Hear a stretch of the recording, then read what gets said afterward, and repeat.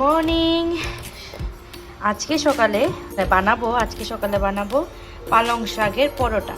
তার জন্য আমি প্রথমে পালং শাকটাকে ভালো করে ধুয়ে কেটে একদম কুচি কুচি করে নিয়েছি। ওই প্রসেসটা আর দেখাইনি।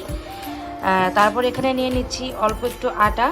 পরোটা বানানোর জন্য আমি আজকে আটার পরোটা বানাবো। তো আটা নিয়ে নিচ্ছি।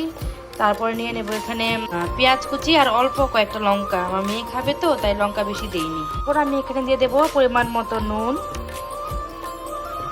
তারপরটার সাথে ভালো করে মেখে নিয়ে তারপর আস্তে আস্তে অল্প অল্প জল দেবো। প্রথমে শাকগুলির সাথে ভালো করে আটাটা মেখে নিই। আটাগুলির সাথে শাকটা ভালো করে মিশানো হয়ে গেছে। তারপর আমি এখানে অল্প অল্প করে উষ্ণ গরম জল দিয়ে দিচ্ছি, একদম অল্প অল্প করে মেখে এখন দিয়ে দেবো ওতে পেঁয়াজ কুচি, কেটে রাখা পেঁয়াজ কুচিগুলি। তারপর দিয়ে দেবো অল্প একটু করে তেল।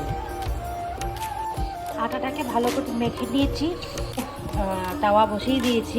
এবার এখান থেকে লিচি কেটে কেটে এবার পরোটা বানিয়ে নেব। তাওয়া এখন গরম হয়ে গেছে, তাতে দিয়ে দেবো খানিকটা তেল অল্প করে।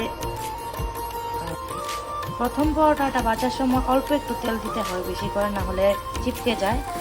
এখন হয়ে গেছে। সকাল সকাল ঠান্ডা ঠান্ডায় এই গরম গরম পরোটা আর চার সাথে বেশ জমে যাবে। এবার পরোটার এই পাশ উপাশ ভালো করে ভেজে নেব। তো ওই ডোটা দিয়ে এখানে 3টা পরোটা বেলে নিয়েছি, একটা পরোটা সেঁকে নিয়েছি, একটা পরোটা হট। আর আমার মেয়েকে ওইখানে দিয়ে দিয়েছি চিজ দিয়ে। কেমন হলো বাবা? অনেক ভালো। আচ্ছা, খাও। কেমন পরোটা?